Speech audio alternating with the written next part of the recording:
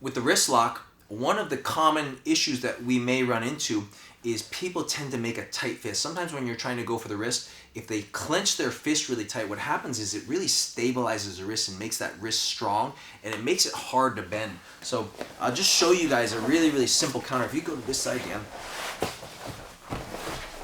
let's just turn here. Okay.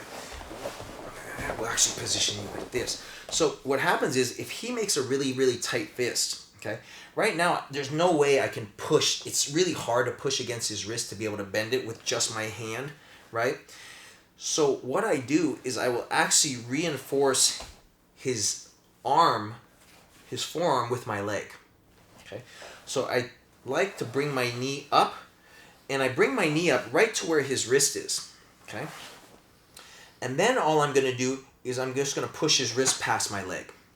So once I push his wrist past my leg, that will bend it, and then immediately I bring his wrist back in to break.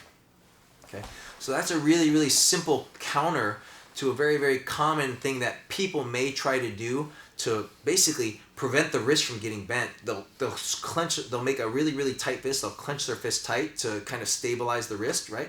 So if I feel he's making a tight fist, depending on where his arm is, I just bring my leg there to support it.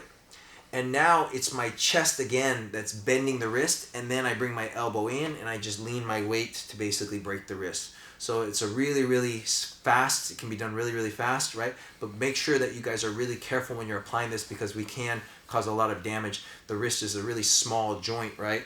So we're just breaking it over the leg, okay? So I push it over, break, and then push it in.